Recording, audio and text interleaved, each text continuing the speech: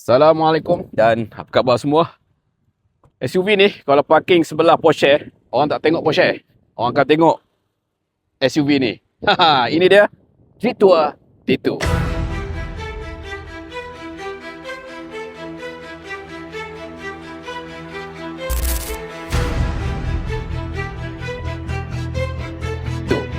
Okey, ini dia G-Tour T2. SUV ni kalau kita tengok dari segi penampilan dia macam nak berentas hutan Amazon kan. Tapi paling hebat pun aku bawa dekat belakang jabatan angkat je lah kan, di Terengganu. Dan mungkin paling hebat pun kita bawa jalan-jalan dekat Lotus, Aeon kan, bagi orang tengok, ini kereta apa kan.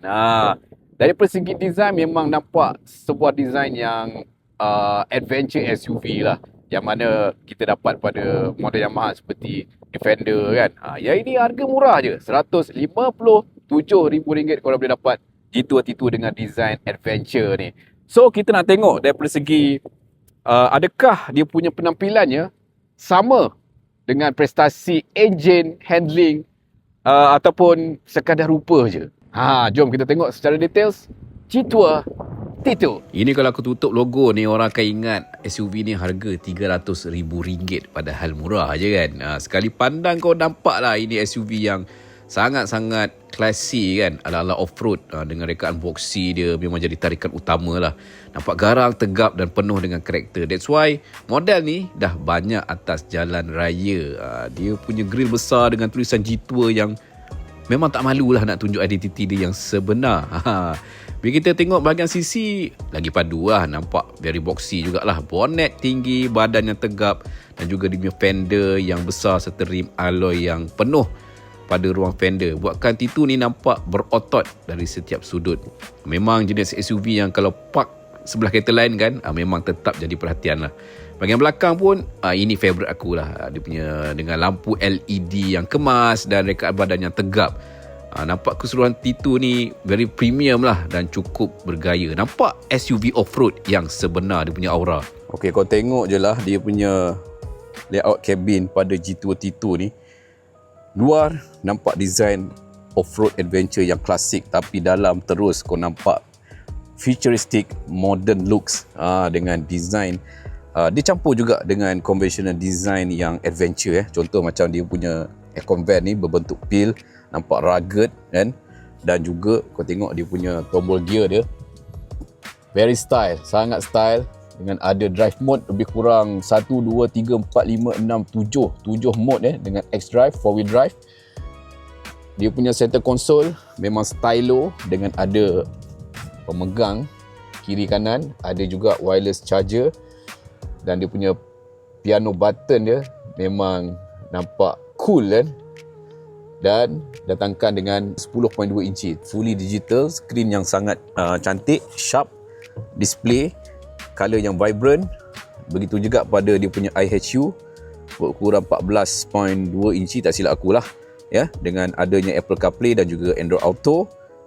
Dan datangkan dengan 360 kamera yang sangat-sangat sharp. Itu tak boleh disangkal lagi lah dengan teknologi daripada China ni kan. Memang dia bagi kau jajan-jajan yang cukup menarik, cukup canggih ya. Dekat sini kita tengok dia punya cabin dia, dashboard dia macam ada maps, bentuk map sikit kat sini. Dia nak menunjukkan ini adalah sebuah adventure off-road kan. Kau tengok dia punya door panel pun sangat style. Dia ada ambient lighting kat sini. Ada ciri-ciri modern juga. Ini pun very style. Dia macam ada tali dekat sini, magnet.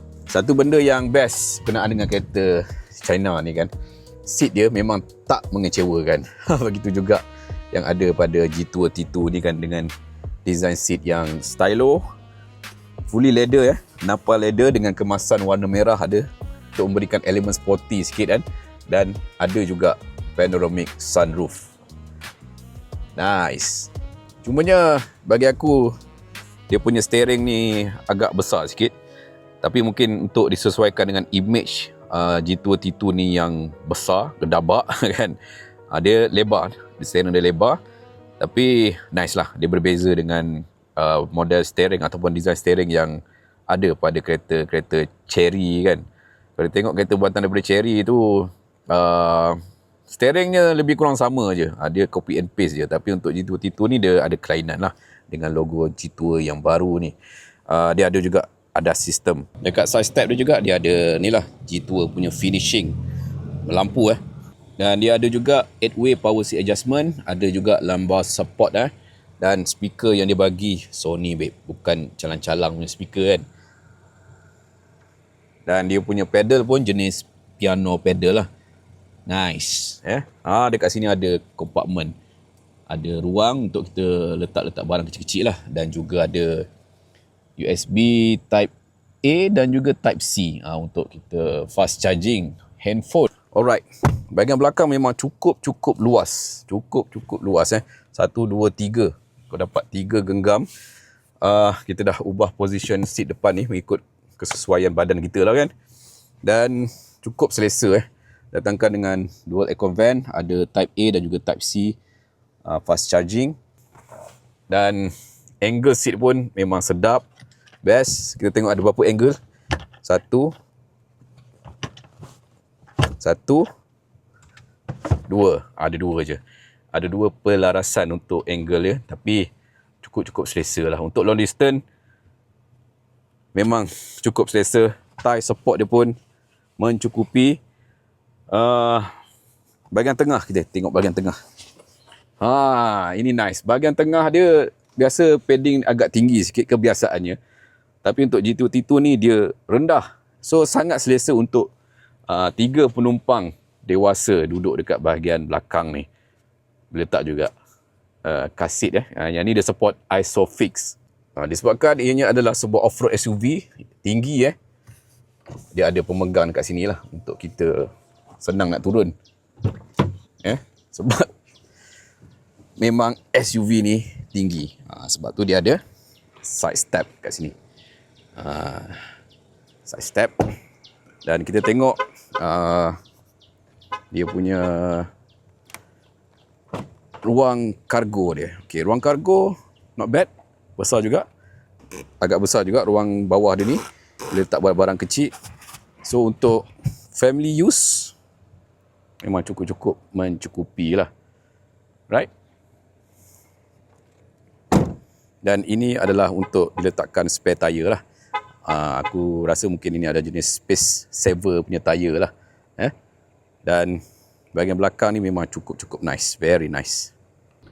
Alright, kita tengok dari segi ride and handling untuk G2 T2. Okay, one thing yang aku kurang berkenan dengan G2 T2 ni, first, aku tengok dia punya steering. Aku tengok pun dah tahu dah. Memang design dia agak besar. Dia panjang, bukan panjang, dia lebar. Dari segi size dia lebar.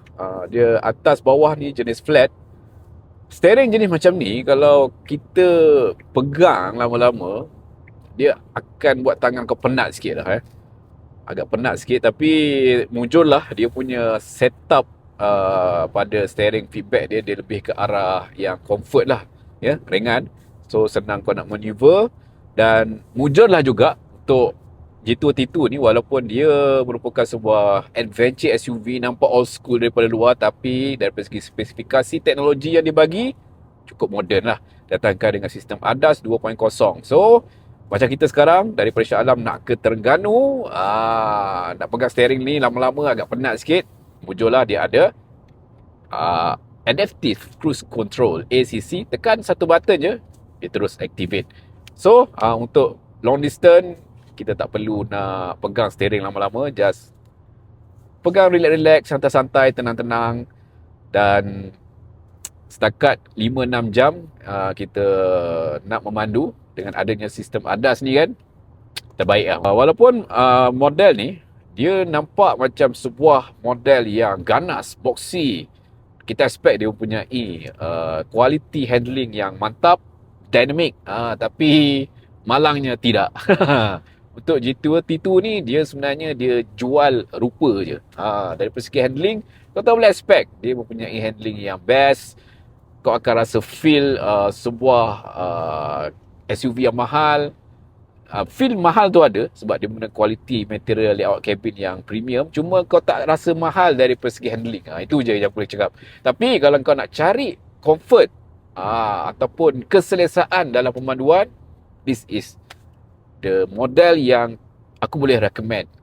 Yang mana kebanyakan family sekarang di Malaysia, dia tak kisah sangat berkenaan dengan driving dynamic ke apa kan. Janji dia mempunyai pemanduan yang comfort dan selesa. Ini yang terdapat pada G2 T2.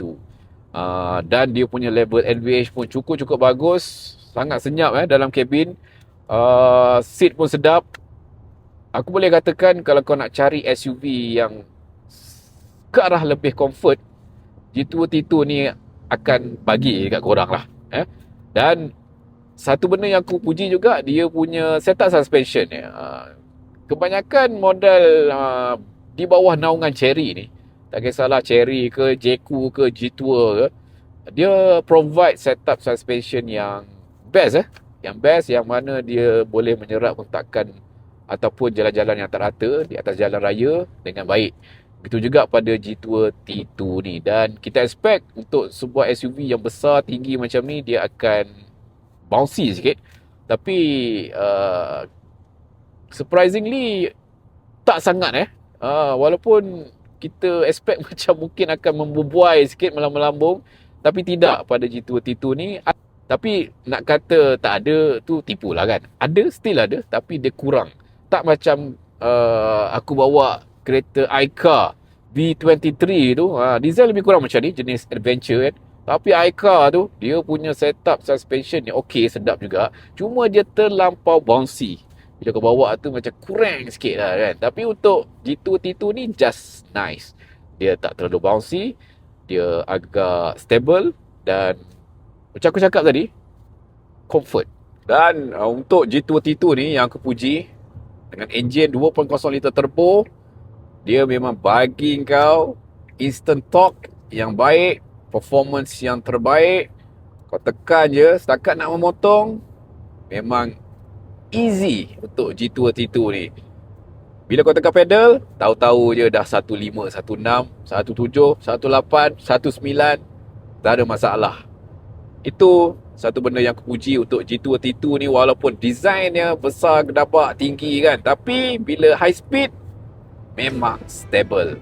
So, itu dia berkenaan dengan G2 T2, sebuah adventure SUV yang sangat-sangat boxy, sangat garang daripada segi penampilan dia.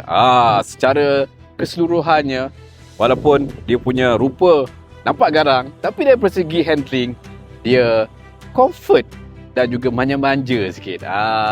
Tapi dengan harga yang ditawarkan bawah RM160,000, korang boleh dapat rupa macam ni, sebuah adventure SUV dengan enjin yang very powerful, 2.0 liter turbo, dan juga kalau korang nak harap handling yang sedap, bukanlah pada G2 T2, tapi dia memberikan comfort yang sangat-sangat baik. So, dengan harga RM160,000, adakah korang akan pilih adventure SUV ni, G2 T2? Kalau aku, mungkin boleh consider, sebab ianya lain daripada yang lain. So, itu saja. Assalamualaikum.